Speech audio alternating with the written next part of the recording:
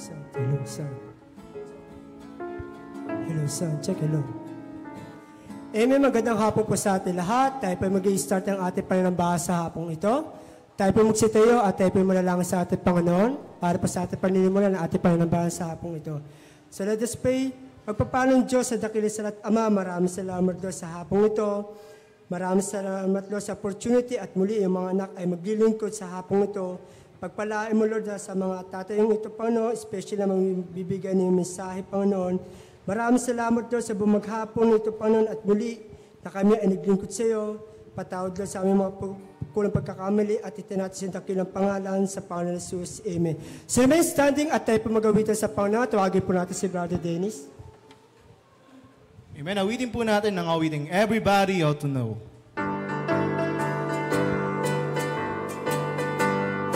Everybody ought to know. First stanza, ready now, sing. Everybody ought to know. Everybody ought to know. Everybody ought to know who Jesus is. Everybody ought to tell. Everybody ought to tell. Everybody ought to tell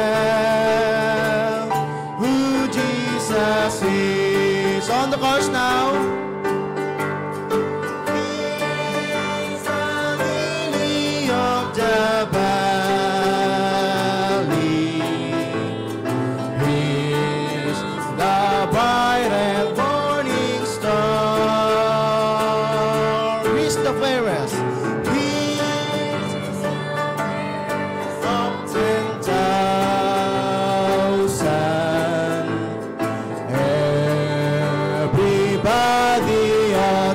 Sagutan na, ganito, lahat ng bata, kayo ang magsi-second voice. Okay? Halimbawa, everybody ought to bring, bata, everybody ought to bring. Nakuha? Okay ha? Second verse, ready now, sing. Everybody ought to, bata. Everybody ought to bring, mga bata. Everybody ought to bring.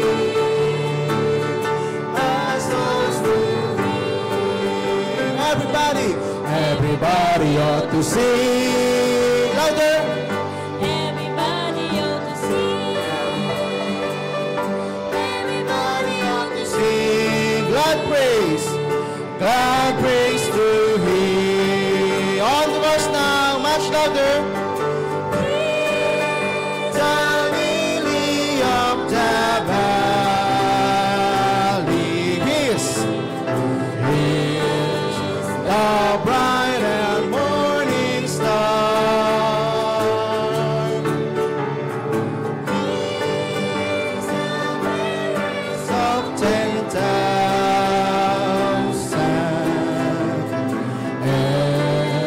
Everybody ought to know. On the last chorus, sing. He's the lily of the valley. The bride. He is the bride and morning star. He's the fairest. He's the fairest of 10,000.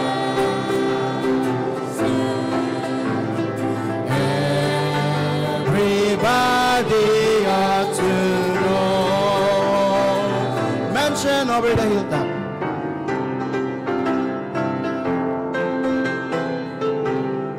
First verse now, ready, sing. I'm satisfied with another, just a little to know. A little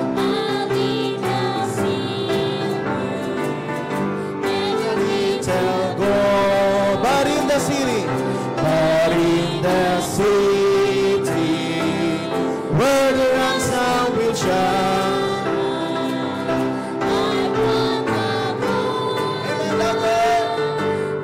Silver lamp on the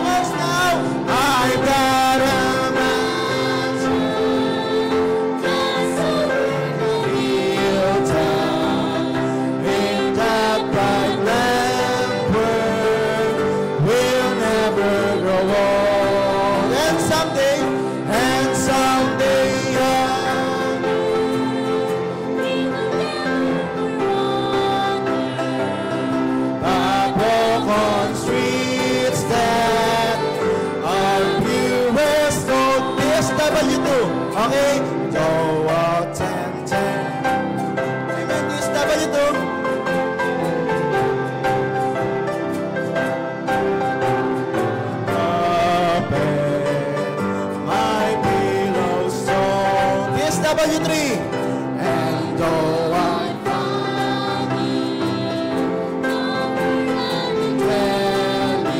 DSW1. I know He'll give me all together. I'm action my own. On the chorus. I've got a man. Just over the hilltop, in that bright land, we'll never go on. And someday yonder, we will never more wander, but walk on streets that are purest gold. On the DSW na, don't think me poor, Lord, please surrender lonely. Louder.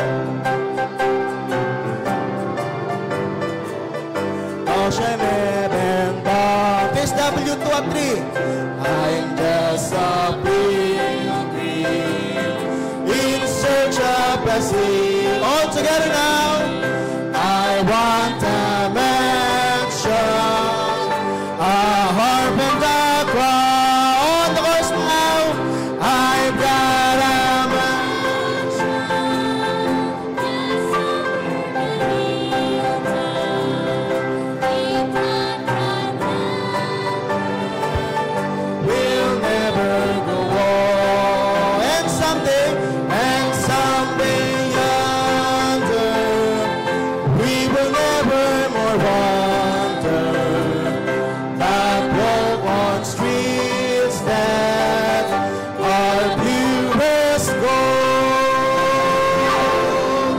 Praise arose. Okay, familiarize po natin yung kanta katulad po kaninang umaga, no? So napakaganda po ng awitin na yan. Okay? Sa mga nakakaalam po kanina, no, awitin po natin ang may kaligayahan sa ating mga puso. Okay? Kaya, first stanza, ready now, sing. Lord, in the grave He lay, Jesus my Savior, waiting the coming day, Jesus my Lord. On the chorus, ha? Up from the grave He arose, the mighty triumph for His foes. He arose a victor from the dark domain, and He lives forever with His saints to reign. Sagutan niya na. He arose, He arose, He arose, He arose. Hallelujah. Christ arose. Okay, ibig sabihin Christ arose. Nabuhay si Kristo. So, awitin din natin ito na may buhay tayo. Sabi nga, kung sino may Kristo, may buhay. May Kristo ka, may buhay ka. Okay? Second verse, awitin natin ng mas may lakas at may kaligayahan. Okay, second stanza, ready now, sing. Barely day watch His bed, Jesus my Savior. Barely day stood the dead, Jesus my Lord. Chorus na. Up from the grave He arose, He anointed triumph for His foe. He arose a victor from the dark domain, and He lives forever with His saints to reign. Handa yung sagutan na reign. He arose, He arose, He arose, He arose. Hallelujah, Christ arose. Para malinaw, no, ganito. Una, yung He arose, babae muna. Tapos yung sasagot, lalaki. Okay, ha? He arose. Tapos, ngayon naman, lalaki naman. He arose. Tapos, babae, sasagot naman. He arose. Tapos, hallelujah, Christ arose. Okay, ha? Third verse now. Ready, sing.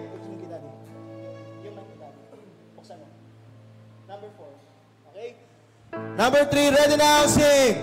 Death cannot keep its faith. Jesus, my Savior, He tore the bars away. Jesus, my Lord. Chorus na.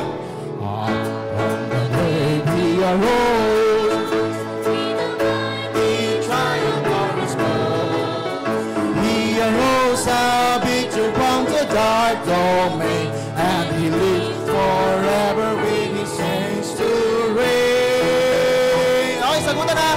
He arose. He arose. Hallelujah. Christ arose. Amen. Amen. Marami po tayo magsiupo. Purihin ang Panginoon sa hapong ito, sa ating awitin makalangit. Sa hapong ito, mga kapatid, ay dadako po tayo sa ating mga announcement po, kapatid. Ang ating pong announcement, prayer meeting every Wednesday and 6 p.m. po mag-start. Ganun po ating challenge night every Friday at 6:30 p.m. Ganun din po ating Saturday visitation and choir practice po sa mga free po tayo ng oras every Saturday. Pwede po tayo makajoin, kapatid, ng ating visitation sa ating church na ito. Amen? Ganito po ating Sunday School start on, and importante po ito sa ating mga bilang sa Kristyano, umattend po tayo ng ating Sunday School. Sapagkat wag po natin ito ililate lagi kasi napaka-importante ito, kapatid. Dito natin mapag-aralan yung mga doktrina po ng ating simbahan, mga kapatid. And ganun din po ating TSW Fellowship 1:30 p.m. and then afternoon worship service, kapatid. Ganun din po ating prayer vigil on August 30. Every month po ang ating prayer vigil. Ganun din po ating church commitment and electricity and water bills and baptistry po and pledge to Sister Shomlin, doon po natin ibibigay. Ganun din po yung ating pastor allowance and DL Farm and TSW report, doon po natin ito turn over.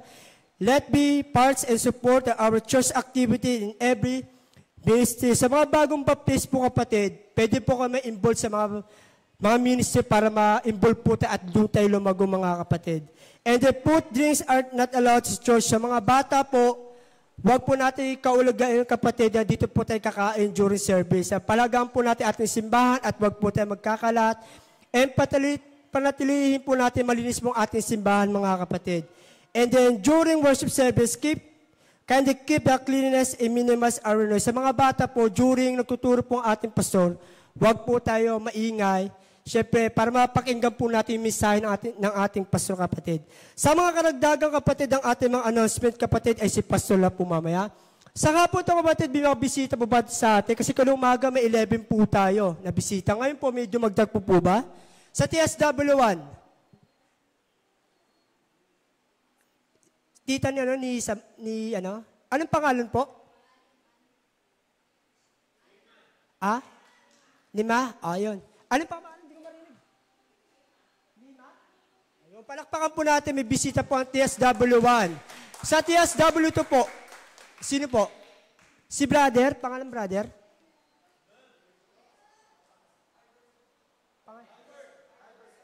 Albert. Palakpakan po natin, may bisita po ang TSW2. Dito po sa TSW3, may dumagdag po ang bisita? Sino? Si Jean Rose. Palakpakan po natin. Kasi kung umaga may bisita po tayong 11, ngayon, bali, ang total, po natin is 14 itong bali, total po itong buong araw po. Sa mga bisita po namin, welcome po kayo sa Bible Baptist Church na way makapiling po namin kayo na maglingkod sa ating Panginoon. Diba? Amen? Sa hapong ito, kapatid, ay dadako na po tayo sa magbibigyan special number. Tawagin po natin Sister Arian and then si Brother James.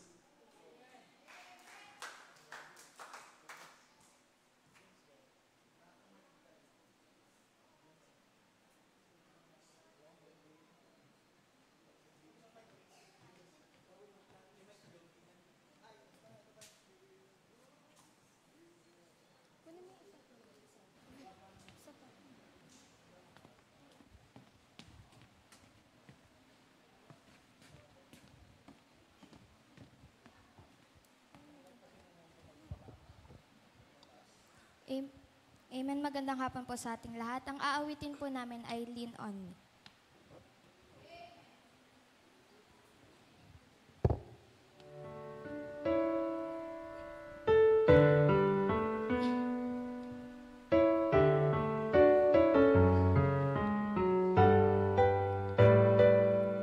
When no one cared about me, if I should live or die, and no one bothered asking, where I go alone and cry. When burden got so heavy that I could not face the day, then I feel His arms around me, and I hear Him gently say, lean on me. When you have no strength to stand, when you feel going under, hold tighter to my hand, lean on me. When your heart begins to bleed, when you come to the place that I'm all you have, then you find I'm all you need. When the road ahead seems rugged and the path is getting steep, I feel that I can't make it, and my heart begins to weep. Then I turn to see who's coming to join me in the way, and it's true that He's my Savior, and I hear Him gently say, lean on me. When you have no strength to stand, when you're going under, hold tighter to my hand, lean on me. When your heart begins to bleed, when you come to the place that I'm all you have, then you have lean on me. When you have no strength to stand, when you feel you're going under, hold tighter to my hand, lean on me. When your heart begins to bleed, when you come to the place that I'm all you have, then you find I'm all you need. When you come to the place that I'm all you have, then you'll find I'm all you need.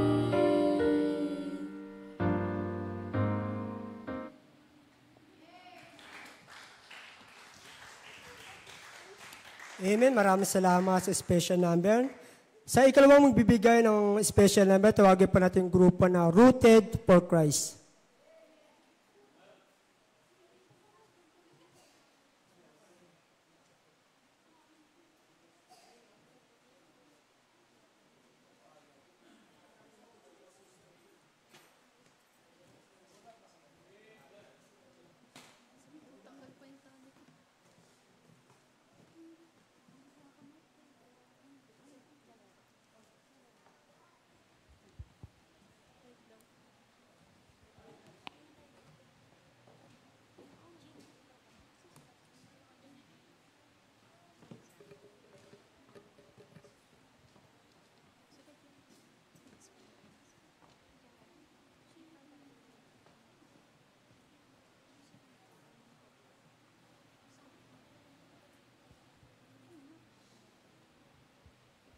Magandang hapon po sa inyong lahat. Kami po ang grupo ng Rooted for Christ. Ang kakantahin po namin ay Dalisayin Mo.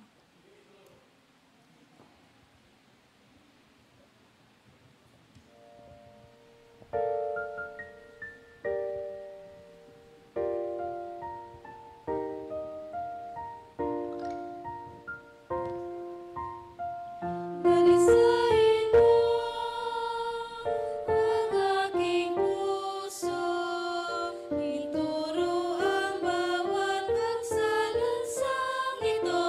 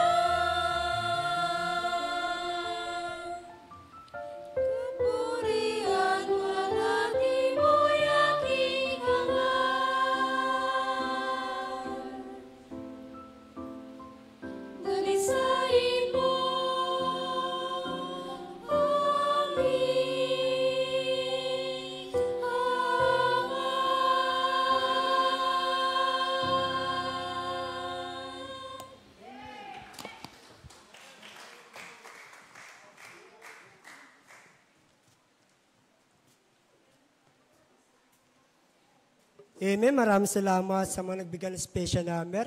Sa hapong ito, kapatid, sa panibagong pagkapala, tawagin po na ating pastor, Pastor Dennis Lopez.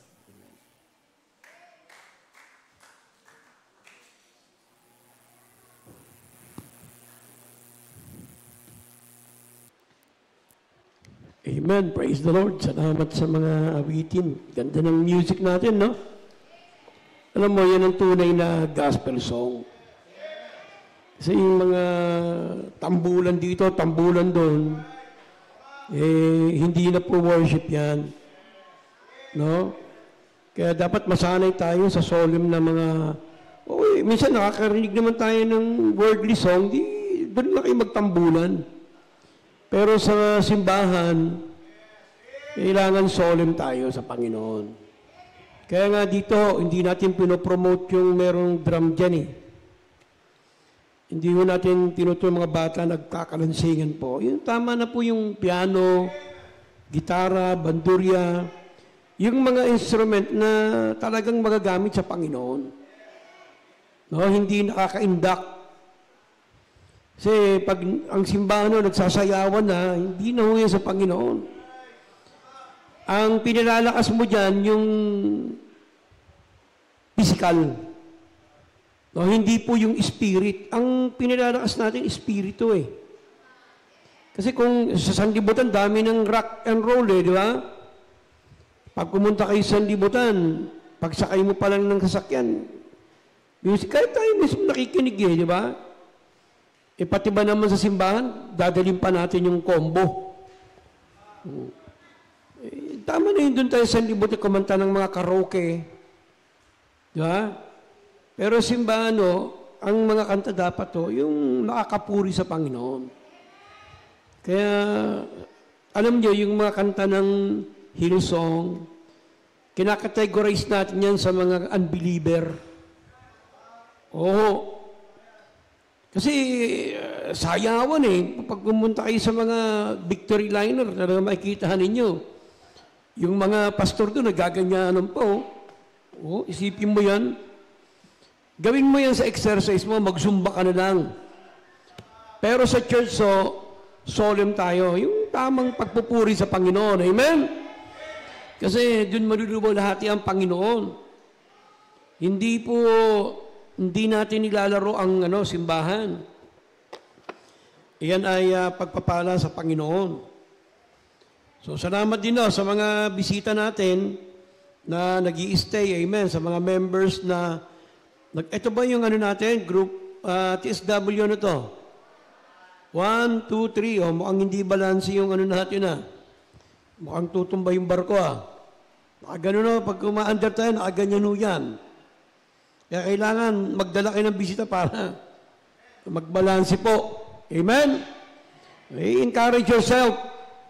Kasi kailangan natin magdala ng kaluluwa sa Panginoon sapagkat ang mundo ngayon ay talagang aktibo na kay Satanas. Meron pinakita si King, King na King Charles. King Charles ng kanyang first portrait. Yung una niyang larawan na malaki. Ngayon, may sikreto pala doon. Okay, titignan ninyo, Ate, paki-play mo nga yan. Yan, buksan mo, lakihan mo.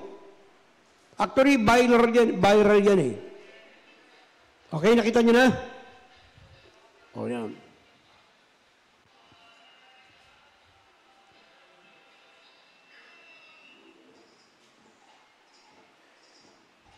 Kikita niyo yan? Yan.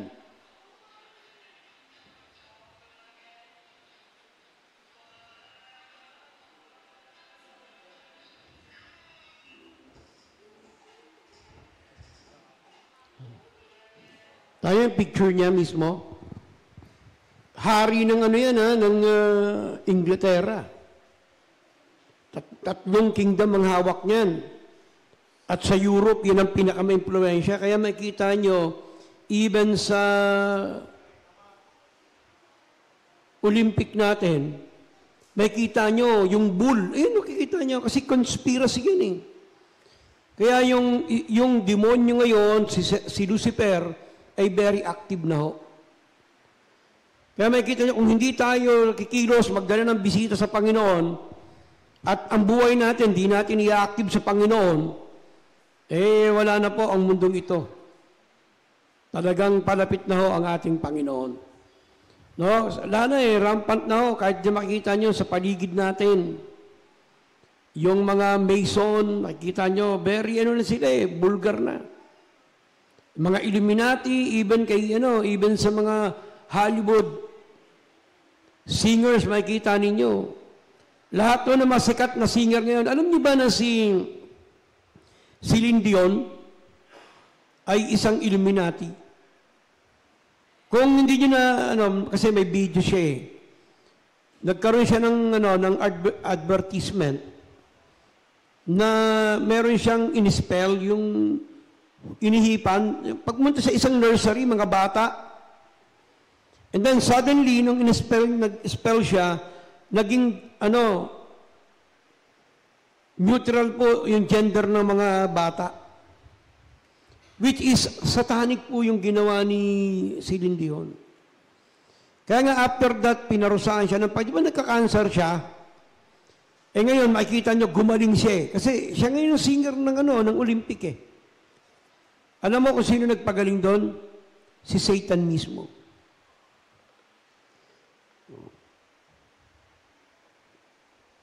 Wala na siya, actually, papatay na Pero si Satan, tandaan nyo, nagpapagaling din po siya. Yan, sila Taylor Swift, lahat yan, sila Lady Gaga. Ang daming mga Hollywood singers nagbenta ng kaluluwa kay Satanas. Marami nagtitestify niyan, even yung mga even mga rapper na sikat, umalis sila pero wala, hindi ka na makakalis. Katulad ng kanta ng California. Yung California po, yung kantang ano mong kanta ng California na yun? Hotel California. Yan po ang theme song ng Satanism. Yung hotel na yon, ibig sabihin, pwede kang pumasok, pero hindi ka na pwedeng lumabas. Tignan niyo yung lyrics niyan. Yan ang organization ng satanic religion. Yung Welcome to the Hotel California. Yung hotel na yon, impyerno yun. Kaya makikita nyo, kahit mag-backmask kayo ng kanta, makikita nyo lumalabas si Satan mismo. Yung California, ang dyan, pag pinabaliktad mo yung kanta niyan, ang lumalabas, Satan is God, Satan is God, Satan is God. See?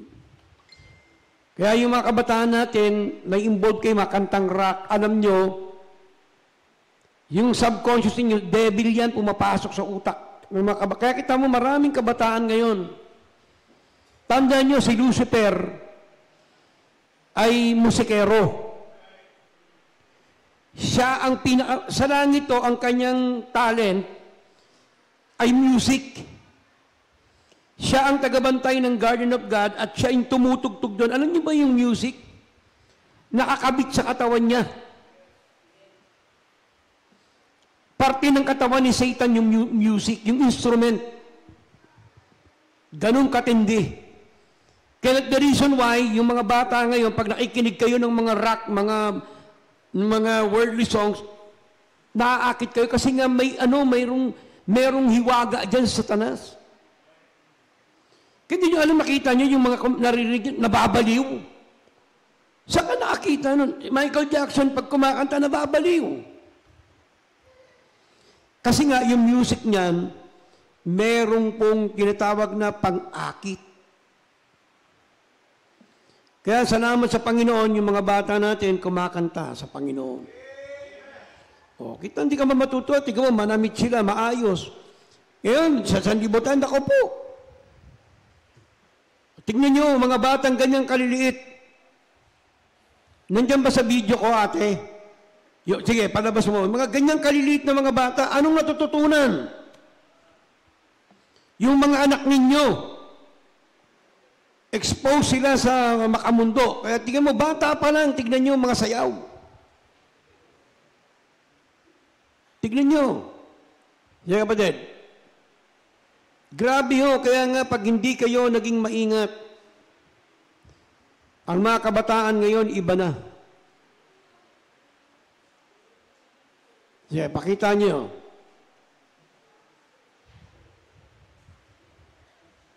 Dapat i-arrange mo yan natin. Ang dami kasi kung mga ini-input siya, ang gaganda eh. Sa akin pa inanap. O, tignan niyo yung mga bata. Eh sila dito, mga bata, natututunan, hindi yan. Matanda na yan eh. Bata ang sinabi ko. Porque walang ngipin eh, bata sa'yo. Ayan, yan yata yun.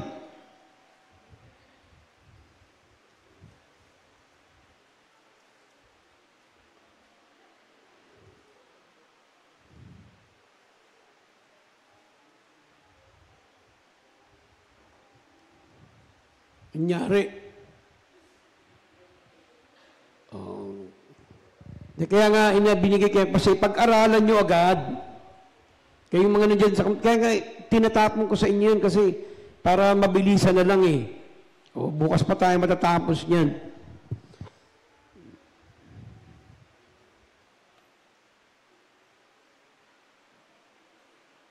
Ayan o, ayan, tingnan mo mga bata.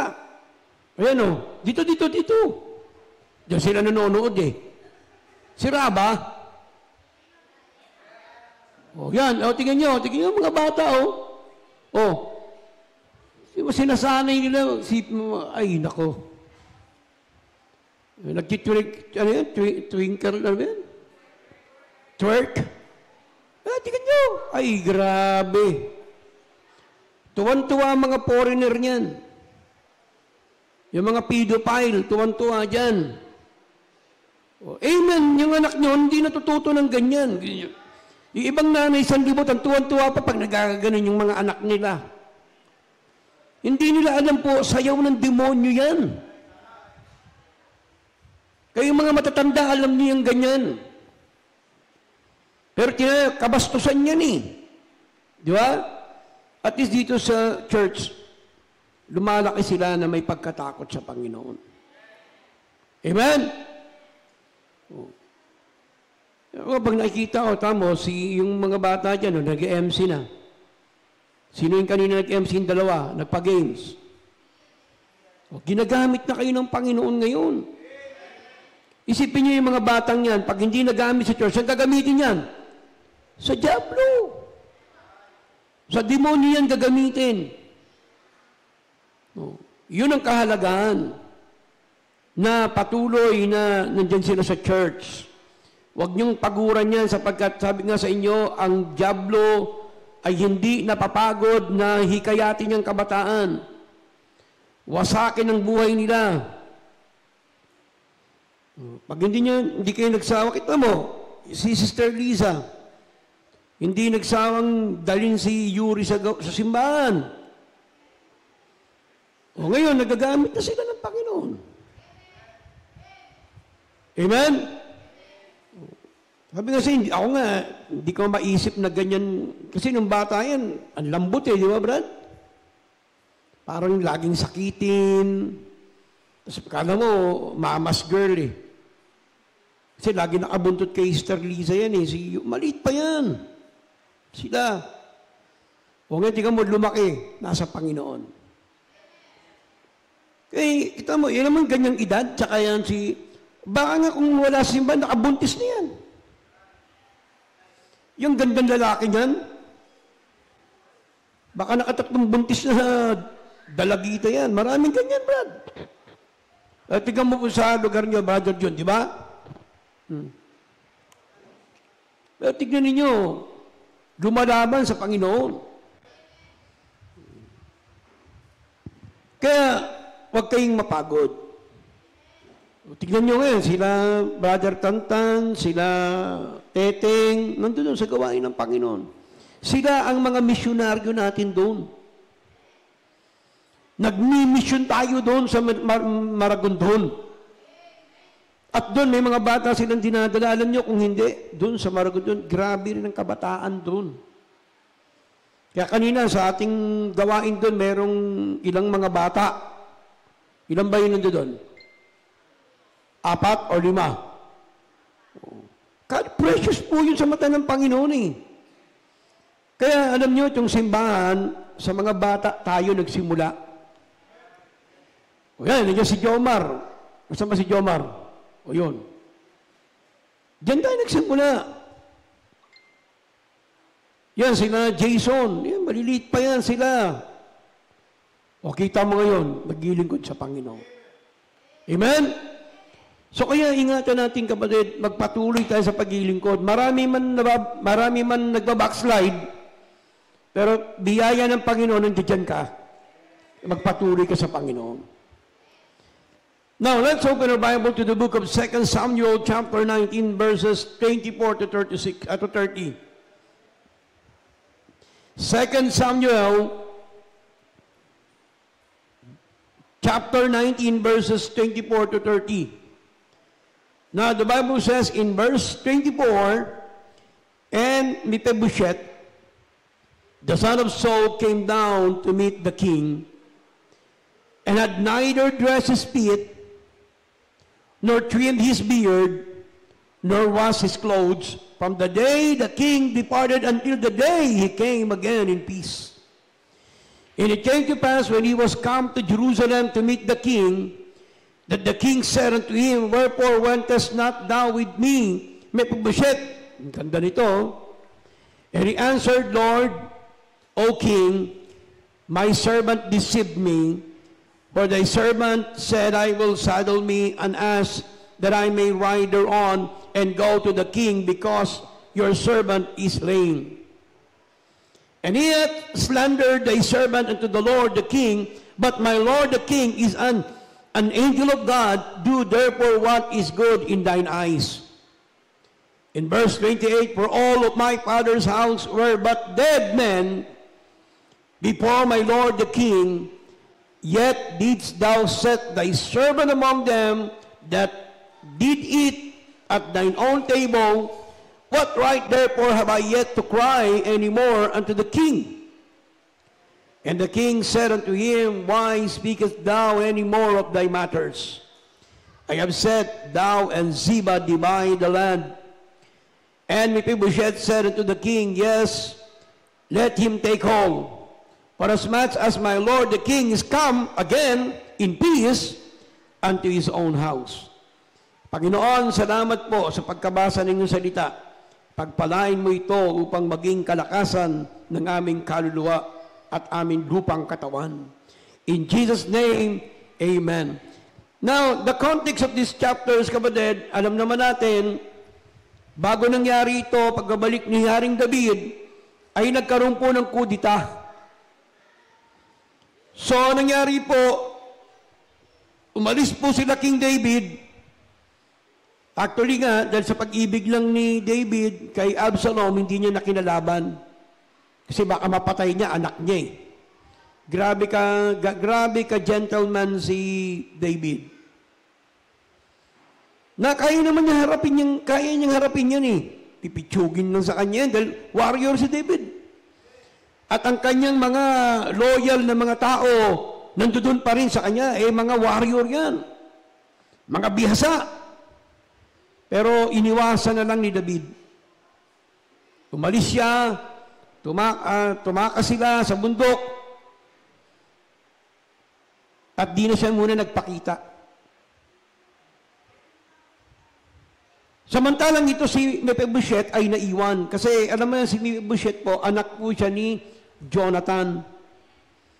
At si Jonathan, best friend po ni King David. Pero ang problema, si Jonathan namatay na siya. At namatay na rin si King Saul. So, etong si Mephibosheth na iwan. Ngayon, tignan natin kung ano ang katangian ni Mephibosheth. No? Kung ano ang ginawa ni Mephibosheth, mga kapatid. In these verses, kapatid, we witness the reunion of David and a man who loved the king more than his own life.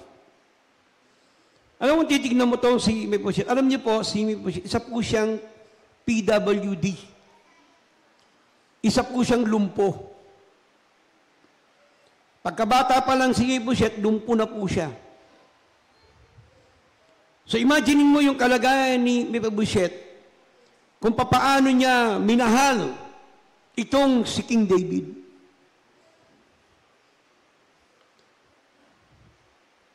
In these few Old Testament verses, there is a valuable lesson to the children of God. And you see, by the testimony of this man named Mephibosheth, we are given a clear-cut example of how we, God's redeemed child or children, are to love the Lord Jesus Christ. Pinakita ni Mephibosheth kung paano magmahal sa hari. Sa kabila ng kanyang kalagayan, nalumpo. Hindi po siya makalakad. Talagang, kumbaga, pag iniwan mo siya, nandyan lang siya sa stationary lang siya. Ang bigat ng kanyang kalagayan. Pero ganun pa man, nakita nyo ang kanyang pag-ibig kay David. Grabe yung pag-ibig niya. Itatakal natin dito po. Bakit kapatid? Ano ang ginawa ni Mephibosheth? Number one, love him with absolute devotion.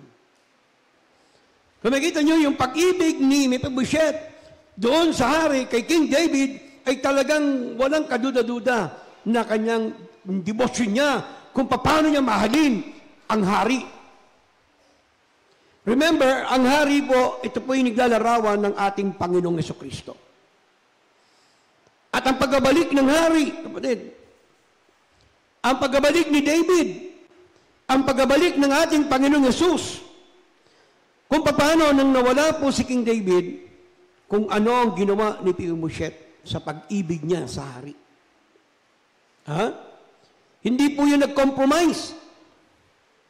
Kasi ang hari po si Absalom during that time, pero hindi niya yun na-recognize ang paghahari ni Absalom. Alam naman nyo, kudita, which is symbolizes devil or Lucifer. So katulad din sa ating mundo ngayon, bagamat wala ang Panginoon, inaangkin ni Lucifer na siya ang hari ng mundong ito. Pero we as Christian, hindi natin na-recognize na ang hari ay ang demonyo. We still recognize the kingship of our Lord Jesus Christ. Love him. Mephibosheth demonstrates his devotion to the king David, in various ways, in verses 24, 26, 27, 28, and 30. Makita nyo yung conversation nilang dalawa ni David. Sa binasa natin, mga kapatid, kung gaano katapat itong si Mephibosheth kay King David. And in fact, meron dyan, di ba, tinanong siya dyan in verse 25, tignan po ninyo. Ang sabi ni David, it came to pass when he was come to Jerusalem to meet the king. See? Talagang nung pagdating ni David, talagang pumunta siya. Of course, mayroon ng iba na nagbuhat sa kanya. Kasi yung unang servant niya, niloko siya eh. Kaya sabi diyan, when he was come to Jerusalem to meet the king said unto him, ano sabi diyan? Wherefore wentest not thou with me? Mephibosheth. Tinanong siya ni King David, sabi niya, actually, ano yun eh, tinatanong siya, parang psychological ang question ni David. Sabi niya kay Mephibosheth, bakit hindi ka sumama sa akin? Kaya sumama yung mga tauhan eh. Tinanong niya eh, bakit? Anong sagot ni Mephibosheth? In verse 26, and he answered, my Lord, O King, my servant deceived me. See? Niloko siya. Na ang sabi sa kanya, ay bubuhatin kita, punta kay David, hintayin mo ako dyan at isasakay kita sa kabayo. Pero nangyari, iniwan siya para mapasama siya kay David. Pero in turn, naging mabuti ang sitwasyon, mabaden. So kung makikita nyo yung pag-ibig ni Mephibosheth kay King David, Diyan sa mga verse na yan, tignan po natin ang cause. No po? Bakit ganun kamahal ni Mephibosheth si King David? Pero din, kapatid, bakit mo mahal, bakit mo dapat mahalin ng Panginoong Jesucristo? Tayong lahat, bakit natin mahal ang Panginoon? O bakit dapat nating mahalin ang Panginoon? Ito po ang dahilan kung bakit minahal ni Mephibosheth si King David. Number one, the cause of his devotion. The reason Mephibosheth was so devoted to David can be seen in what David had done for him. Kung makikita niyo po kung bakit ganun na lang ang pag-ibig ni Mephibosheth kay King David, nung, alam niyo po, nung dineclare si David, nung una pa, wala pang kudita, ginawang hari po si David ng Panginoon sapagkat si Saul ay namatay. Ang nangyari ho, yung the rest ng lahi ni Saul, pinatay na ho at pinagkatagal. Maliban lang dito kay Mephibosheth. Dahil nakita ni David nga, dahil si David, mahal na po si Jonathan, best friend yun Ito yung naiwan ni Jonathan. Ang ginawa ni David, si Mephibosheth ay inampun po niya sa kaharian at kasabay po ni David, kumain si Mephibosheth. Amen? Hindi ho ba maganda yun, kapatid? Bakit natin dapat mahalin ang Panginoon sa kabila ng tayo'y mga lumpo? Tayo'y mga makasalanan. Pero nung tayo niligtas ng Panginoon, hinayaan niyang kumain tayo sa kanyang table. Amen? Di ba sabi ng Panginoon, if any man knock, bubuksan ko ang aking pintuan at magsasalo kami. And He will sup with me. And He with me. Sabi ng Panginoon sa atin. Magiging kasama natin ang Panginoon maghapunan.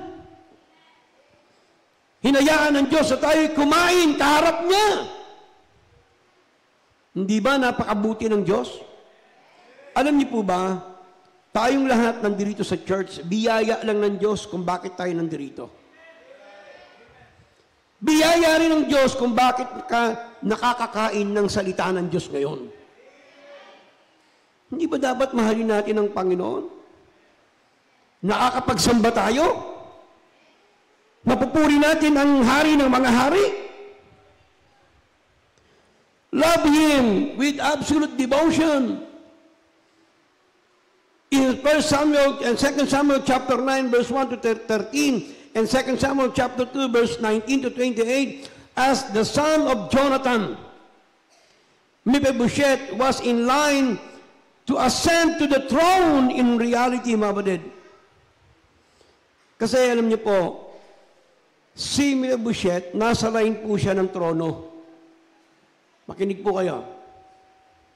Pero kung makikita niyo kay Mephibosheth, binaliwala niya yun. Wala na siyang pakialam kung anong kanyang kalagayan mahalaga sa kanya. Nakita niya ang hari, si King David. Kasi alam naman nila na si King David ang inappoint. Hindi siya nagpadala kay Absalom na arugante para agawin ng kaharian kay David. He was a rival to David for the office of the king. Yet David, instead of acting with justice and executing Mephibosheth, as he had other members of Saul's family, extended grace to this little crippled man, David had very right to kill Mephibosheth. Alam niyo po, tayo rin, pwede na tayong patayin ng Diyos. Pwede na tayo. Kasi, curse tayo Pero kita ninyo, kahit ganun pa man, binigyan pa rin tayo ng Panginoon ng kaligtasan. Paano hindi mo mamahalin ng Panginoon? Sige nga. Paano hindi mo mamahalin ng Panginoon? Binigyan ng kanyang buhay na walang hanggan. Dati tayong makasalanan. Ano niyo po, walang humanap sa Diyos. Wala, miski isa. Ang Diyos ang humanap sa atin. Siya ang naganap sa atin, mga kapatid. Because of His great love for Jonathan, He spared Mephibosheth's life. Alam mo yun? Dahil sa laki ng pag-ibig ng Diyos sa atin, hindi tayo pinatay. Namatay ang Panginoon sa atin mismo. Hindi mo siya iibigin? The cause of His devotion, kapatid. When the child of God stops and ponders what God has done for him through Jesus, it is plain to see that we have more than abundant reason to love the King. Meron tayong mas matabang pag-ibig sa Panginoon.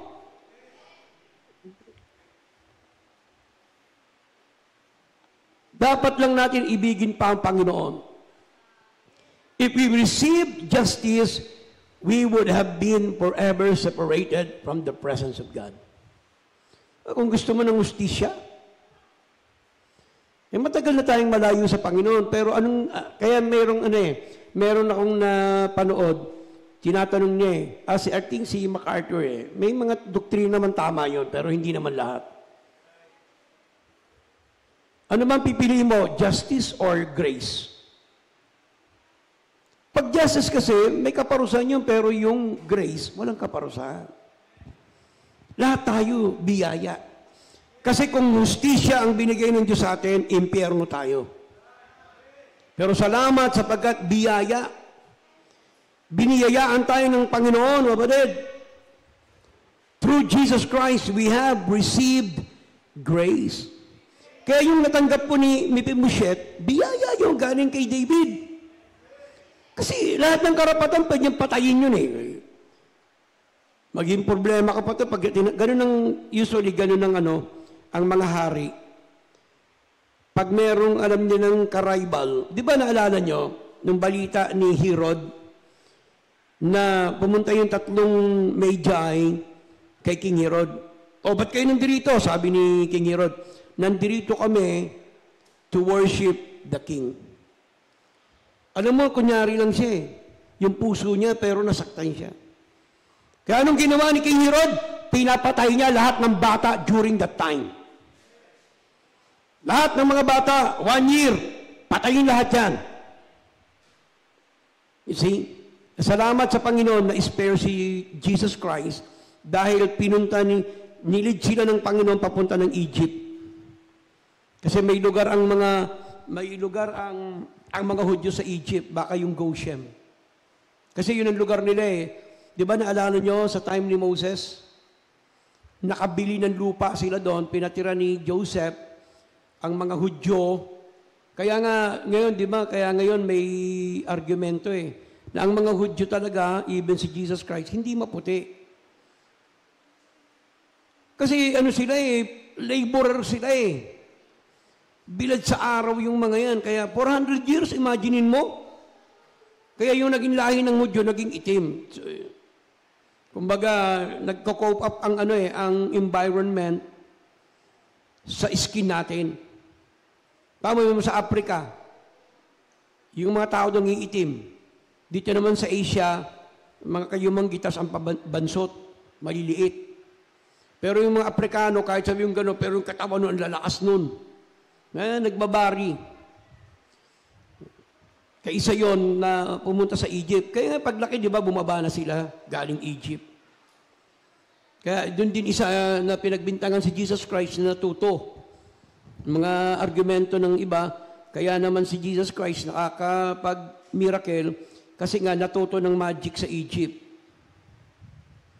Kasi maraming doon magikero Kaya nga, di ba, yung ahas, nagawa rin ng mga Egyptians yung ahas. Ang problema, mas superb yung power ng Panginoon, kinain yung mga ahas ni Pharaoh. See? Nainggit So si King David, pwedeng patayin, pero makikita niyo, wala kay David yung ganung puso.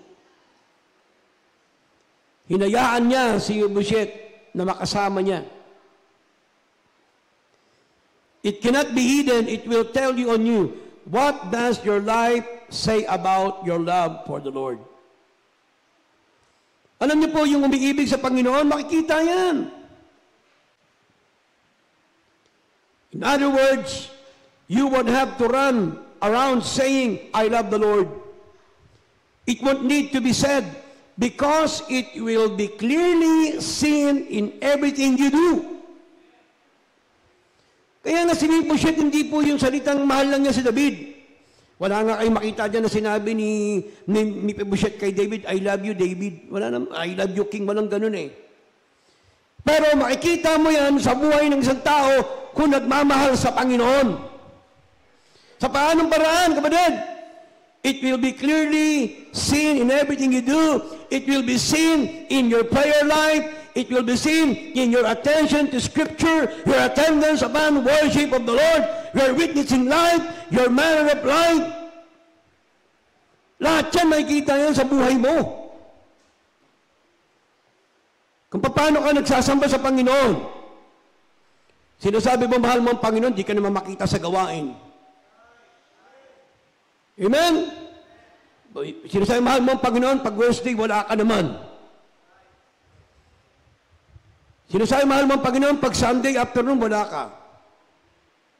Alam niyo, pag mahal mo ang Panginoon, dapat natututunan mo eh. Oh.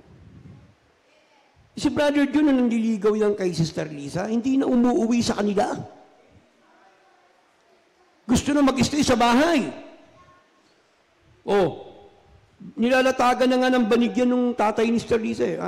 Tutulog na kami. Nandun nakaupo pa rin. Nilalatag na yung banig eh. Kasi ayaw mong umuwi eh. Ganun din kung mahal mo yung Panginoon, hindi ka nagmamadaling umuwi. Hindi yung pat mo dyan eh, hindi ka na mapakali eh. Paiba-iba ng pwesto. Pero pag nasa tongitan kayo, kahit na 3 linggo, walang tayuan.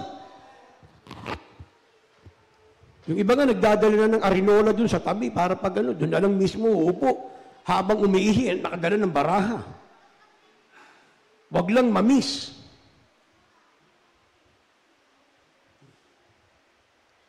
Pag naglalaro nga kayo ng Dota, di ba? Kahit walang tayuan, magdamagan yan. At ayaw mo mapaistorbo. Kung mahal mo ang Panginoon, hindi ka. Pag may tumawag ka, pwede ba, umuwi ka, yung bahay mo, yung aso mo, nagugutom, bayaan mo siya dyan. May worship ako. Hindi ka matinag eh. Kasi mahal mo yung Panginoon. At adik ka talaga pag Biyernes pa lang, pag Sabado pa lang, nagmamadali ka na sa church. Ay, di ba ganun din kayo? Pag yung iba sa inyo nakaranas na yan, di ba, Brother Jeff? Pag may date ka, nagmamadali ka. Hindi ka magpapahuli. Ganun din sa Panginoon. Excited ka. Actually, alam nyo, pag nasa simbahan ka na at in love ka sa Panginoon, yung oras di mo namamalayan. Tapos na, ang bilis naman. Ganun pa. Preach on, Pastor. Ganun pa yan. Hindi ka nagmamadali. At tingnan mo, yung mga estudyante, mahal nila yung trabaho nila, yung mga nag-office work. Hindi yung alas 2 pa lang ng madaling, alas 2 pa lang ng tanghali, nagme-makeup ka na. Hindi mo mahal yung trabaho mo, gusto mo lang magsweldo. Ang hirap makahanap ng worker na mahal niya yung profession niya. Kasi pag nakahanap kayo ng manggagawa, na ganyan sa mga trabaho, sa mga opisina, ay patay ka, palugi yung company mo. Kita mo si Pedro, mahal na mahal niya pagtitinda ng flowers. Nagpo-post pa yan. At minsan yan, ang uwian niya, alas 5, alas 7 pa umuwi. Kasi baka may benta pa eh. Amen, Brad? Pero brother, kung ito si Father Pedro, alas 4 pa lang eh, ay, wala na kasing bumibili, sarado na natin. Ay, delikado ka dyan. It should be dapat mga anak ng Diyos. Pag naglalaro ka, Talagang mahal niya rin yung trabaho niya kasi dyan mo pinagkukunan ng pinansyal. Mamahalin mo yung pinagkukunan mo ng tubig, yung balon na yan. Paularin mo yan, huwag yung palugi. Pag nalugi yan, wala ka ng trabaho. Pag mahal mo ang isang bagay, hindi mo ninanakawan yan. May flower, 3 benta, kukupitan mo ng 1,000. Palugi yan, di ba, sister? Yan, kinikwento sa akin ni Sister Barsosa. Dating may negosyo yan. Alam mo, ito ang pinakamalaking pwesto sa pote ng tilapyaan. Ang pera niyan, 1 drum. Doon na lang tinatapon yung mga punong-puno. Pero mas malakas ang kupit, kaya... Naikwento lang naman ni Sister Bersosa yun. Dati nga sinanay ko, grabe din yan. Yung trabaho ng asawa dati niyan, ang lakas. Di ba, Nay, no? Daming pera din yan, halos umaapaw din. Kaya nga panay ang, panay ang cutting livery jet. Laki ng baon yan, eh. Kaya pag mahal mo ang Panginoon, kapatid, mamahalin mo din kung ano yung tinatangkilik mo. Hindi yung kinukupitan mo pa. Hindi yun. Dapat nga magpalugi ka pa eh. Di ba? Kaya yung overtime, pinalulugi mo pa yun. Kasi lalo na, pag yung company mo, lumalaki pa lang, palugi ka. At makita yan ng amo mo, mamahalin ka. Ito ang karapat-dapat. Bukas, manager ka na. Di ba? Di ba, Brad? Pag nakita mo mapagmahal sa trabaho, hindi yung nagdi-design ng flower, eh, ang pangit. Paano mo Ganun po yun. Ganun si Mephibosheth. Mahal niya si King David.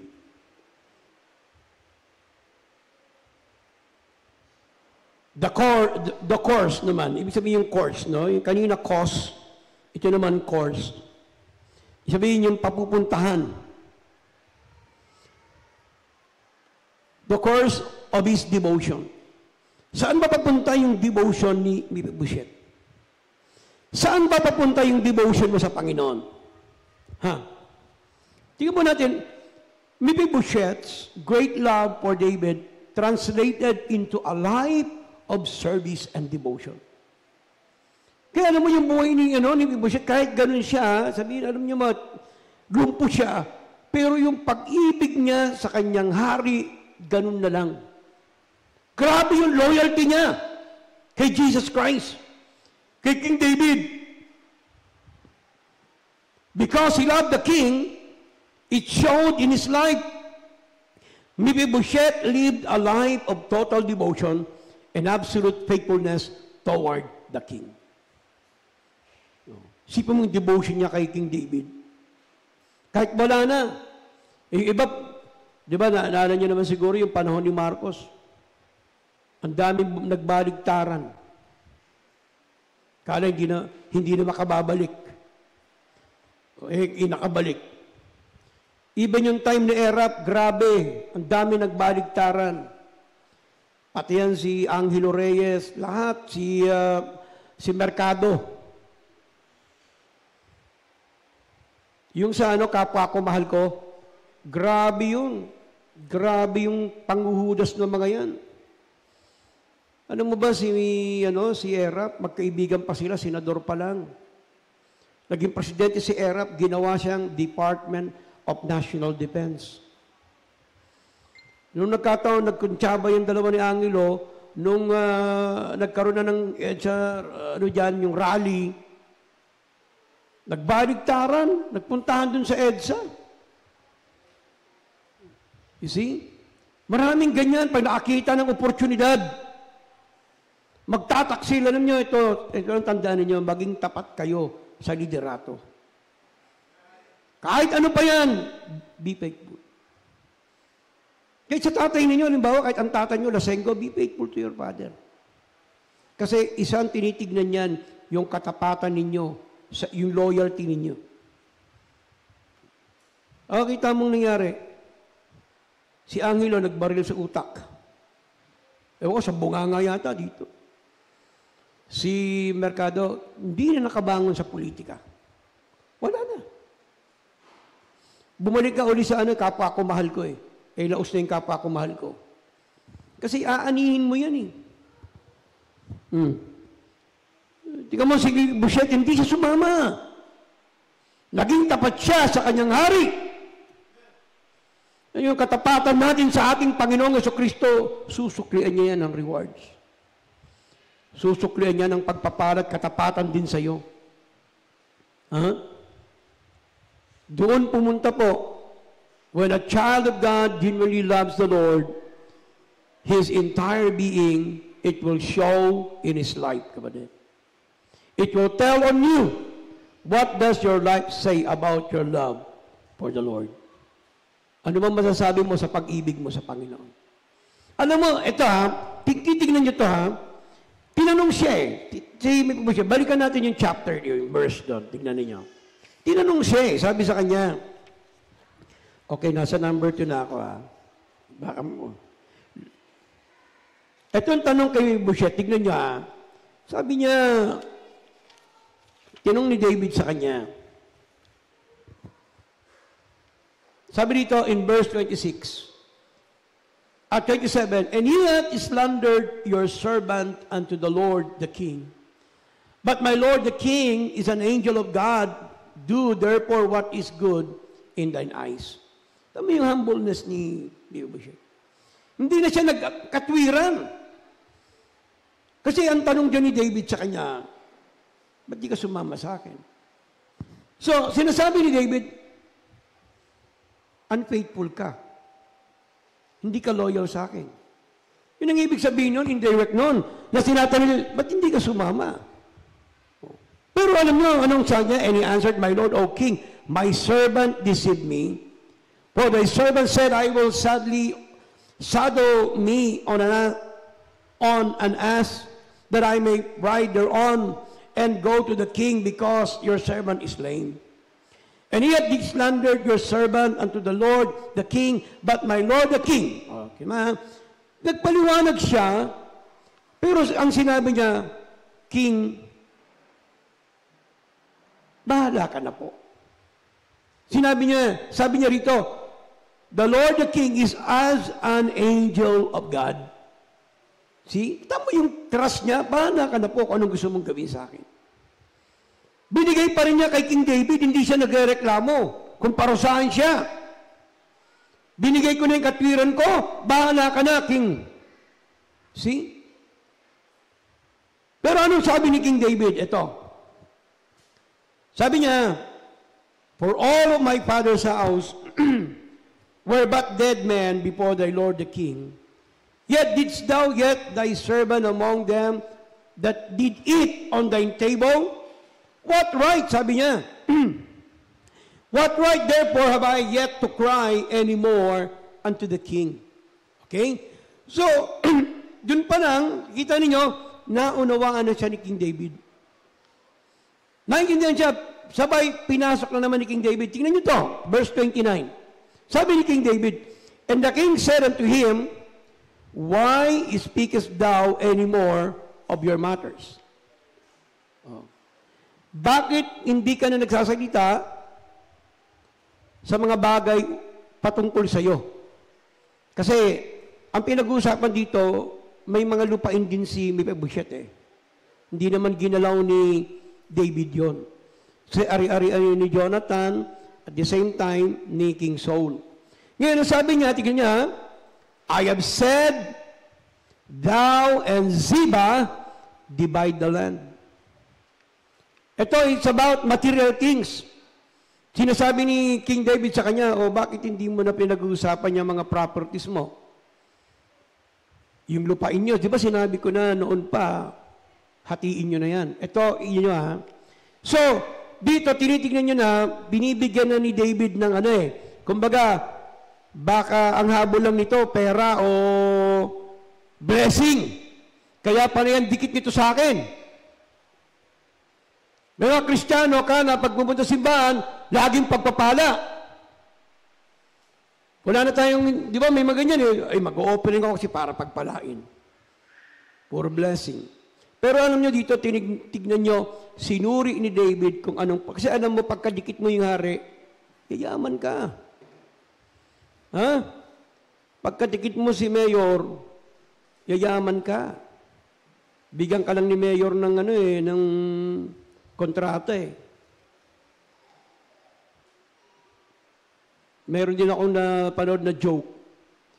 Nagkakontratahan sila, sabi ni Mayor, o ikaw, magkano mo? Sabi kay Dolphy, 1 million lang po, Mayor, ang project ko dyan. Kasi nakita ko paano magtipid. Hindi na ako kukuha ng mga expert kasi babayaran pa yun eh. Ako na lang mismo gagawa at magpaplano at kaya ko namang gawin yung tulay. Magkano mo? 1 million. Tapos sa isang babae naman, 5 million. Sa akin, Mayor, 5 million. Kasi mag-hire ako ng mga magagaling na engineer at may foreman pa, kaya 5 million.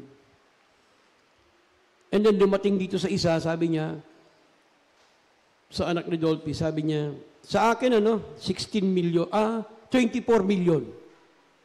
Kay Bandolp. Laki naman. Bakit? Kasi sa akin, 10 million. Tapos kay Mayor, sa'yo, Mayor, 9 million. 8 million kasi matitirang kailangan 6 million eh. Tapos, yung 5 million, Mayor, bibigay ko rito. O, sa'yo na yan. At yung 1 million, ikaw nagagawa. Sa'yo na yan. O, ikaw na gumawa. Hawa niyo yung ibig sabihin niya? Minsan ganun eh, kapag dumikit ka kasi may pera ka eh. Ganun yan, kaya nga pag kumakasundo ka agad sila, lalo sa gobyerno. Pag may bagong PD, ang daming mababait dyan. Darating na yung prinsipe ng sakla. King ng sakla ba? Darating na dyan yung mga negosyante. Papamiting na si Chung Wai Kim. Lalo yung mga may-ari ng mga illegal na mga establishment. Kaya nga doon sa, nung sinabi ni Presidente Marcos na simula ngayon, starting na ipasara lahat ng pogo, ang daming nalungkot.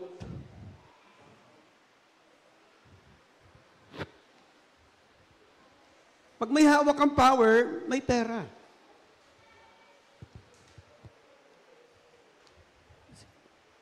Minsan nakala ng iba, pag may Panginoon tayo, dikit tayo, isip natin puro pagpapala.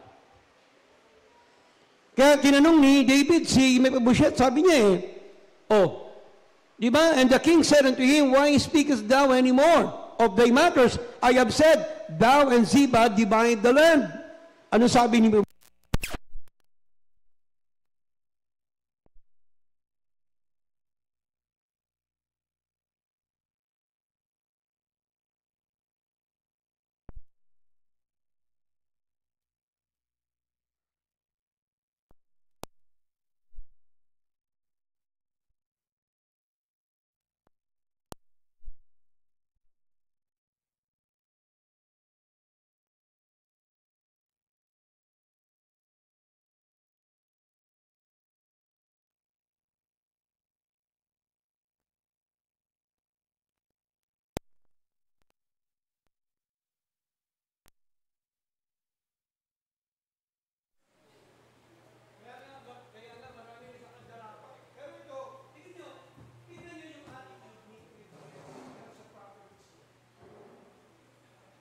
Sabi niya, and Mephibosheth said unto the king, tingnan po, let him take all. For as much as my lord the king is come again in peace unto his own house. Grabe, alam mo, pag ikaw ay nagmamahal na sa Panginoon, ang direksyon ng iyong paglilingkod ay mahalin siya. Wala na sa iyo yung sanlibutan. Wala na sa iyo yung katanyagan, wala na sa iyo yung pera kung ilalagay mo sa gawain. See? Di ba ganyan ang pag-ibig? Alam niyo naman ang batas ng pag-ibig. Kaya nga, kahit Kahit na ang istorya, kaya alam niyo mga pelikula sikat. Kaya nga si Robin, ang laging papel niyan, mahirap. Tapos si Sharon Cuneta, mayaman. Pero inibig pa rin siya ni Sharon Cuneta kahit mahirap lang siya. Kasi yung istorya doon, yung pag-ibig, tinatalik na ng lahat eh. Meron nga isang hari anak ng hari. Pumunta siya sa Amerika, ang title ng Amerika Coming to America, yung title niya. Napakayaman niya. Anak siya ng hari. Yung pera nga, yung sa pera, mukha niya yung nakalagay Kaya there was one time, pumunta siya dun sa Amerika, nag-janitor siya sa McDo. Meron isang citizen na nakilala siya, lumuhod sa kanya sinamba siya. No. Kasi baka makita kasi nga nagpapanggap siya na mahirap lang siya sapagkat meron siya nakita sa Amerika na isang babae na mayaman, na minahal niya na mahirap. Kaya nga sikat yung mga ganung istorya Di ba? Pero may katotohanan yan sa Panginoon. Sa time ni David, si Mephibosheth, wala na akong pakialam dyan. Ang akin, makita lang kita, nandirito ka na. Hindi ba ganun din naman tayo? Nag-aabang tayo sa rapture ng Panginoon. Hinihintay na natin ang kanyang pagbabalik.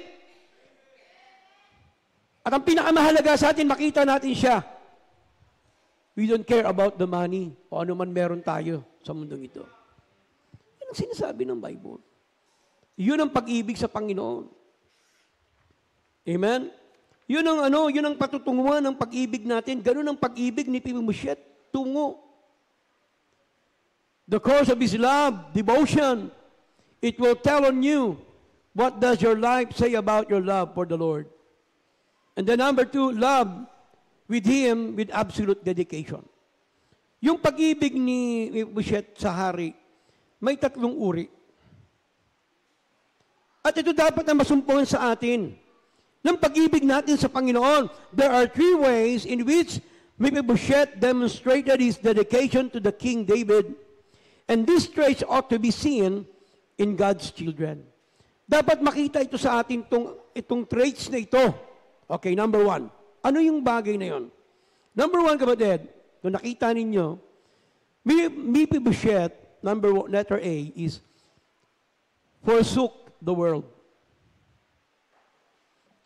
Iniwan niya yung mga bagay ng sanlibutan. Ano yun? Yung 3. As the grandson of Saul, he had every right to lay claim the throne. Hindi niya na inisip na maging tanyag siya. The pride of life. Sa mundong ito, hindi niya na inisip kung sumikat pa siya. Yan ang dapat nating isipin sa mundong ito. Hindi na natin, alam niyo kaya nga that's the reason why maraming Kristiyano, hindi na pinangarap na maging sikat na dancer. Pero mga Kristiyano, ang pangarap maging sikat na dancer. Alam mo, hanga nga ako kay Sister, anak ni Sister Jennifer. Alam mo, yung batang yan kalimutan, matanda na talaga.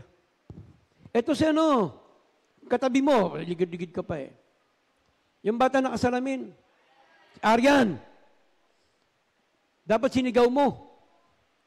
Alam mo si Arian ng bata yan, magaling magbalay yan. Gymnast, kasama na rin yun, gymnast, balay yun. Ang gymnast kasi yung patambling-tumbling yun Siya gymnast yun, di ba, sister? Kasi biruin mo, magbabalay ka tapos ang suot mo napakahigpit. Tapos anak ka ng Diyos, nagaganon, di ba? Pero kita mo, iniwan niya yun.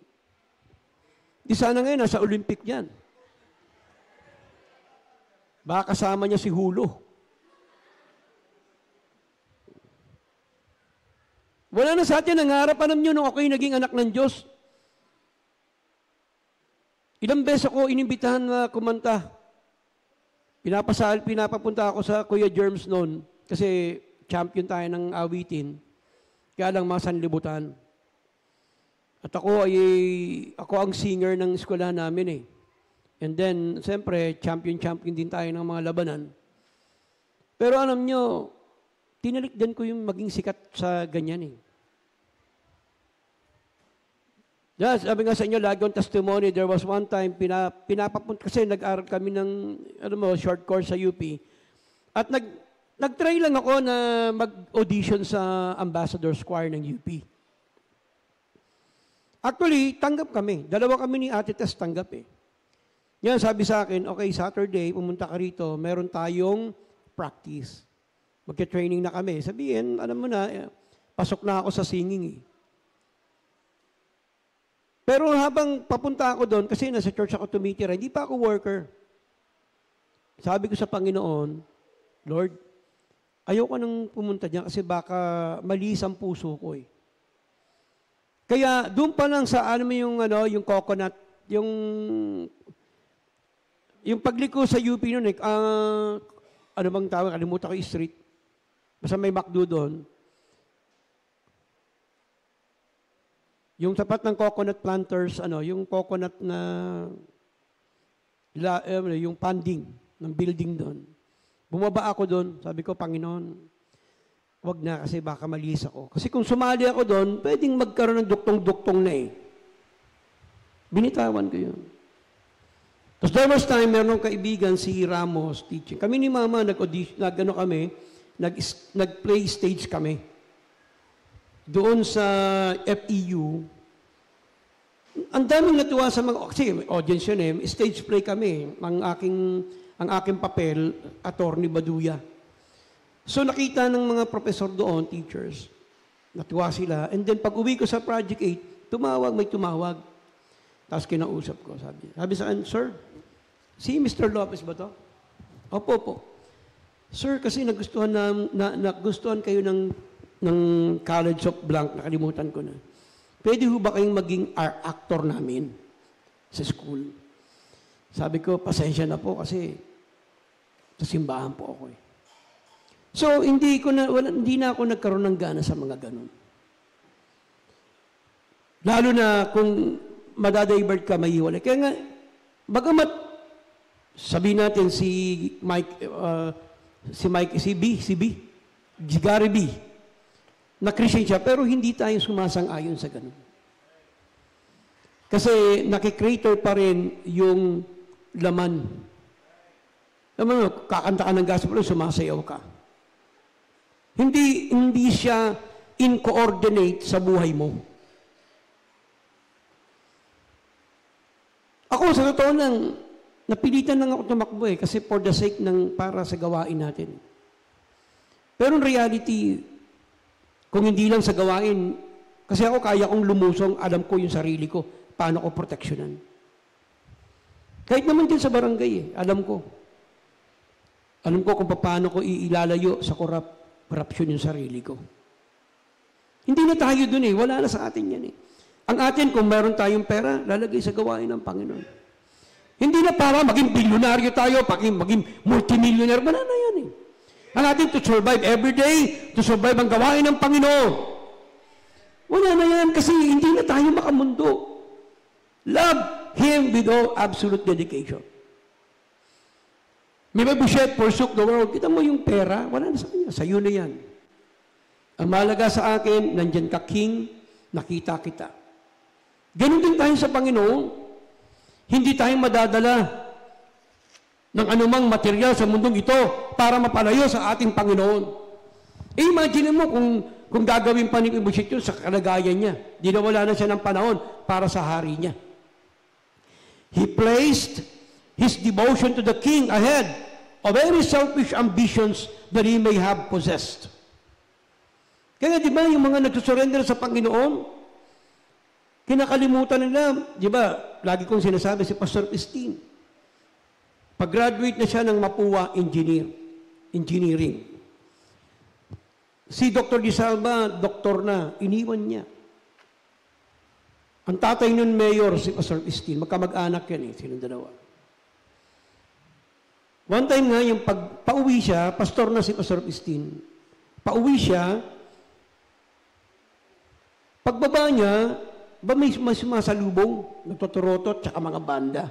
Akala niya, siya yung sinalubong. Ang hindi niya alam, unnoticeable, na kasama pala niya yung gobernador ng Romblon. So napatabi siya. Si governor pala. Alam nyo, hindi na natin kailangan katanyagan na ganyan. Hintayin mo na lang, pagpunta mo sa langit, yung turotot ng mga anghel para sa'yo. Amen? Hindi na tayo masisilaw ng ganyan as a Christian. Katulad si Mephibosheth, tinanong siya, ayusin mo yung malup. Sabi niya, hindi na po. Ang mahalaga sa akin, nandiyan ka. Ang mahalaga sa atin, nandiyan na ang Panginoon, bumalik na siya. What a lesson to the church. For the church, there is always a danger that our connection with the world will override our dedication to Jesus Christ. Tandaan nyo, kapag ang inyong relasyon sa mundo ay na-override na ang relasyon mo sa Panginoon, umiwas ka na. Kaya nga sabi ko sa inyo, even sa relationship, pag alam mo yung relasyon na yan, nilalayo ka sa Panginoon, bitawan mo yan. Huwag ka manghinayang. Pastor, laman tiyan din yan eh. Huwag mong isipin yun. Hindi na nadala ka na, buriin mo Sunday, magde-date kayo. Paikot-ikot kayo sa SM Linggo. Pag ganyan ng tao, umiwas ka, nilalayo ka sa Panginoon yan. Isang bagay na nilalayo ka sa Diyos, tandaan mo, temporal lang yan. Ang Diyos na pinili mo, eternal. Huwag kayong papayag na masira ang relasyon mo sa Panginoon. Pwedeng masira tayo sa tao. Huwag lang sa Diyos mo. Minsan kasi hindi natin pinaglalaban ng Panginoon eh. Pinaglalaban natin mismo yung tao eh. Yung trabaho mo mismo, nilalayo ka sa Panginoon, maghanap ka ng trabaho iba. Buri mo, hindi ka nakapag-isimba ng 3 buwan dahil sa trabaho mo na yan.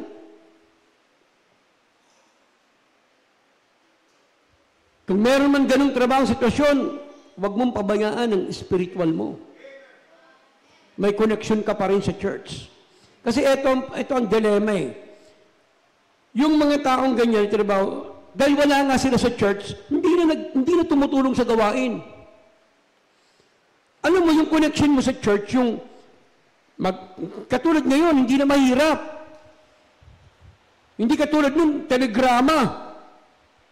Pag nasa Mindanao ka, wala nang, kumbaga, wala nang way of communication.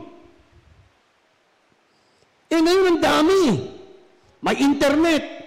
May cellphone ka. Pwede kang mag-text sa church. Pastor, kamusta na po kayo? O, kapatid, kamusta na kayo? May connection ka pa. At isang pinakamalaking connection dahil membro ka ng church, yung tulong mo sa gawain ng Diyos dapat hindi napapatid. Akala ng iba dahil nga hindi naman sila, malayo naman sila, kahit hindi na mag-tithes, dun kayo mali. Pamilya niyo yung simbahan na to eh. Dito ka membro. Subukan mo. Sa family mo, huwag ka mag-support. May pamilya ka sa Pilipinas. O dahil ba nasa abroad ka, hindi mo na susuportahan yung pamilya mo sa Pilipinas? Susuportahan mo yun. Kasi kailangan may connection eh. Kaya nga tignan nyo, ito ha, yung mga pamilya na hindi na nakipag-connect sa pamilya, wasak ang family. Hindi na nagtitext, hindi nakipag-usap sa asawa, hindi kinakausap yung anak, at higit sa hindi nagsusupport. Ano nangyari sa pamilya? Wasak.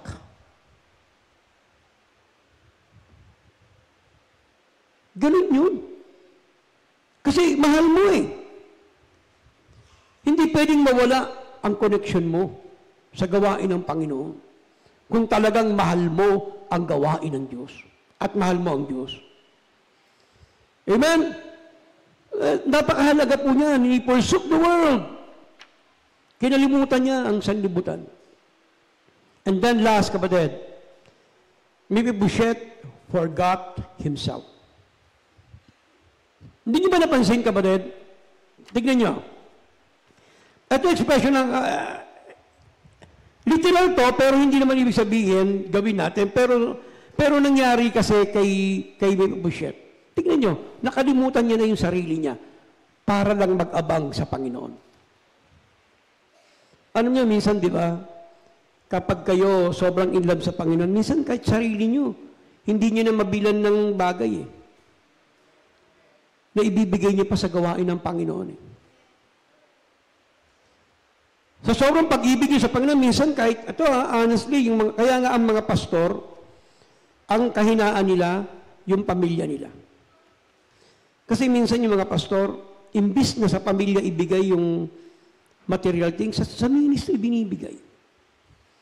Kaya hindi niyo ba nakikita, minsan may mga anak ng pastor na halos magkadikit na to? Kasi walang makain. Mga anak ng pastor, walang pandede. Walang pambili ng gatas. Nangyayari yan. Kasi sa mga membro, minsan, pag may offering, pambili lang niya ng 2 kilong bigas, 1 kilong bigas, dahil may gawain na ilalagay niya sa gawain. Ano mo pag nagagawa mo yan, pambihira ka. Grabe yung sukdulang pag-ibig mo sa Diyos. Akala ng iba, nakakatawa yun. Ang tanga mo naman, kakainin mo na lang, bibigay mo pa sa'yo yun, pero sa kanyang umiibig at alam niyang may gawain. O ba't pupunta ka pa sa church? Pamamasahin, pambili mo na nga lang yan ng ulam mong tuyo, pupunta ka pa sa mamasahin ka pa. Sayang yung pera mo. Pero sa umiibig sa Diyos, bali wala sa kanya kahit mamasahe siya, makapunta lang siya sa church. Kung naranasan nyo yan, amen ka. Pag hindi pa ho, dapat maranasan nyo. Dahil hindi mo makita ang tunay na sacrifice. Kaya nga, once upon a time, kayong mga bagong member, noon kami dito, sinubok sila ng Panginoon, kami lahat. Ibigay nyo yung cellphone ninyo. Alam nyo ako, ganito. Kaya ako, alam nyo, hindi ko minimiss ang opportunity na magbigay sa Diyos ng the best. Hindi ko bibigyan ng Diyos ng bulok na cellphone. Alam niyo nung nagbigay nun, pinaka-the first class ng cellphone ko, bigay ng asawa ko yan. Nilagay ko sa offering. Pero ito na-observe ko merong ibang mga membro noon, 2 cellphone Ang ibinigay yung bulok. Sayang. Dapat may opportunity ka. Kaya ako, kabayanihan mo na sa Diyos yan Marunong, binibigyan ka ng pagkakataon maging bayani. Nilusog yung kampo mo. Ikaw nandoon, banat ka na, laban ka na, kahit mamatay ka. Yung iba, tumatakas Sayang, nakapaglingkod ka sana sa bayan mo ng tapat. Sa Diyos, magiging bayani ka sa Diyos. So, magbibigay ka ng bulok. Alam niyo ito, ang teknika, kung magbibigay kayo sa church, wag po second hand. O yung, pastor, bakit? Meron akong sirang washing machine dito, sa'yo na lang. Wag kong ganun. Diyos ang binibigyan mo. Ako wala kayo makikita sa akin, binigay ko sa church dito na second hand. Lahat ng binigay ko, brand new. Bigay ko po yan. Kaya masaya ako. Proud ako. Kasi kabayanihan mo sa Panginoon yun Di ba maghirap ka sa Diyos? Ako hindi ako hanga sa mga pastor na nagyayamanan Hindi ako bilib dyan. Ako, nagawa ko na magpakahirap sa Panginoon. Kakita niyo, hindi ako naghirilo. At bigyan niyo ako ng Rolex, bebenta ko lang yan, lalagay ko sa gawain ng Panginoon. May opportunity ang maging bayani sa Panginoon, gawin mo. Kaya anak ko, nung umanga ako, nung binenta niya yung kotse niya, binigay niya kalahating milyon dito para magawa yan. Praise God. Pwede kong utuin niyang mga yan, ba't bibigay mo yan? 2 anak ko, binenta yung mga kotse nila para sa gawain. Ako, binenta ko rin yung isang kotse. 3 kotse na nga nabenta Hindi lang. Nabenta ko na yung Highlander. Nabenta ko yung Super Saloon. Nabenta ko yung kulay pula. Ilang kotse na binenta natin na halos 5. Hindi ko naman sinasabing magbenta kayo ng kotse, pero pag may opportunity maging bayani ka sa Panginoon, gawin mo! Yun makita yung pag-ibig mo sa Diyos. Yan. Hindi naman kinakailangan kotse. Yung abot sa kaya mo, pero the best. Ano ang pinaka-the best? Alam niyo po, pag sinabi mong binigay mo na yung buhay mo sa Panginoon, lahat ng property sa Diyos na yan. At His disposal. Pero hindi niyo pa kaya yan siguro. Pag dumating ang araw, maintindihan niyo yung sinasabi ko. Pero ako, salamat, nagawa ko na eh. Nagawa ko na po. Hindi na ako nanghihinayin kahit milyon-milyon pa ang matalo ko sa gawain ng Panginoon. Kahit walang balik. Kahit dun po sa Maragondon, gagawa pa ako dyan ng will. Hindi ako nag-iipon para sarili ko.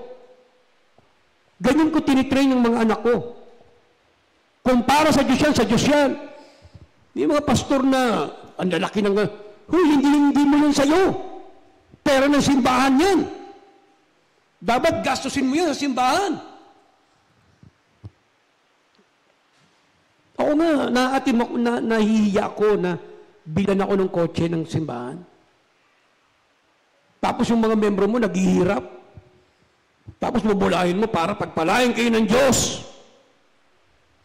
Bigyan nyo yung pastor nyo. Wag. Yung Panginoon ang bigyan ninyo. Kahit na binibigyan nyo ako ng allowance, binibigyan ko sa gawain niya. Kulang pa nga yan eh. Kung mahal nyo ang Panginoon, kasi yun ang patutunguhan ng pag-ibig mo eh. Sa Panginoon eh. Itong tinasabi ko, hindi na ito pambatang turo. Wala ditong bulahan. Ang umiibig na tunay, kayang mamatay. Kayang mamatay para sa gawain ng Panginoon. Love Him with absolute love.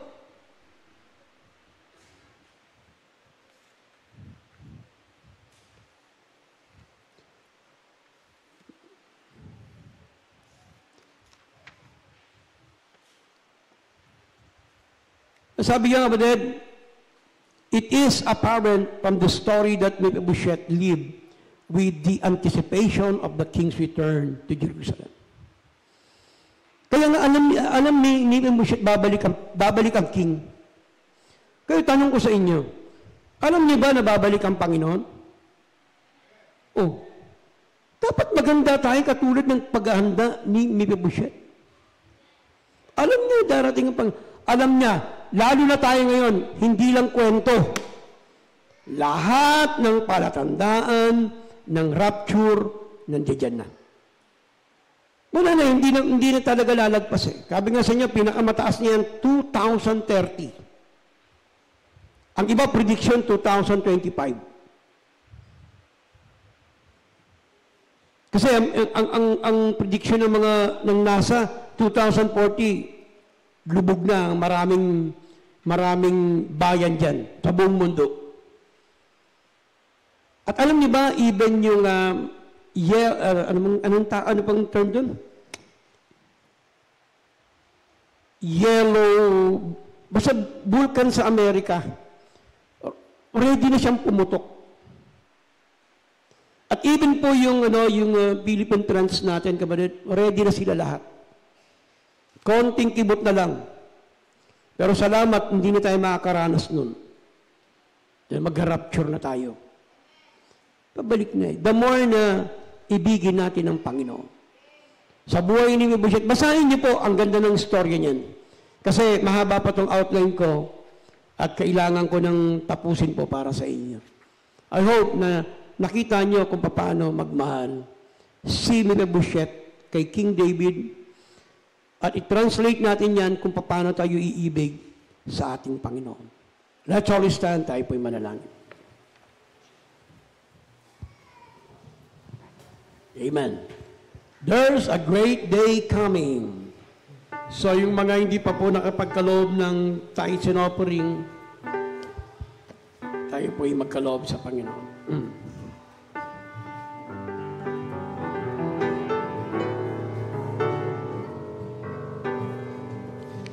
Amen. Praise the Lord. Hallelujah. Yung mga baptized natin, faithful. Oh. Nandirito sila ngayon. Praise God. Sa mga bisita namin, tuloy lang po kayo, ha?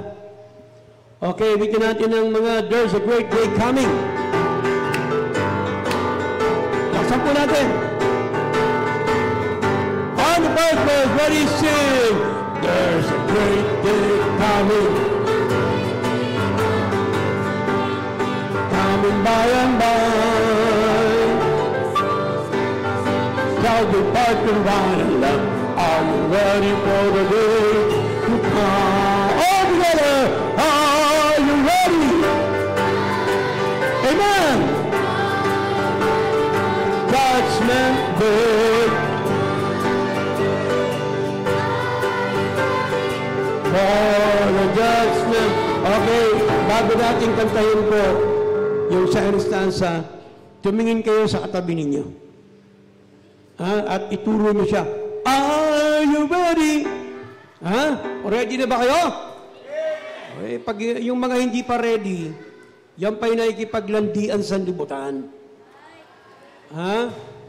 Pag hindi ka ready, yan pa'y nakikipag anong tawag dyan sa English? Flirt. Nakikipamato ka pa sa libutan. Yan yung mga Kristiyano may barkada pa sa libutan.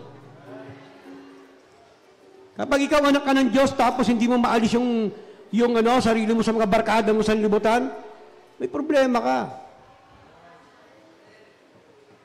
Kailangan wala ka na dyan. Pwede naman yan makipagkwentuhan ka lang, pero huwag kang makisama sa kanila. Pwede mo samahan trabaho, walang problema. Pero pag nagiinuman na sila, kung saan man sila pupunta, sumama ka sa mga anak ng Diyos. Huwag yun. Minsan lang naman tong outing May outing din ng church, doon ka sumama. Kaya ka nilalayo sa gawain ng Panginoon kaya ka nangihina Huwag kayong makipaglandian sa libutan. Amen? So kaya tingnan nyo yan, kapatid, handa ka na ba? Lahat tayo dapat maging handa sa pagbabalik ng ating Panginoon. Okay? Ready? Ready, sing! There's a bright day coming, a bright day coming. There's a bright day coming by and by. Yes, Lord! Are you ready for the day to come? Are you ready? Are you ready? Are you ready for the judgment day? Ready? Are you ready? Are you ready for the judgment day? Amen. Manalangin tayo, kapatid. Panginoon, salamat po sa mensahe ni King David. Salamat kay Mephibosheth na nagpakita ng pag-ibig sa iyo.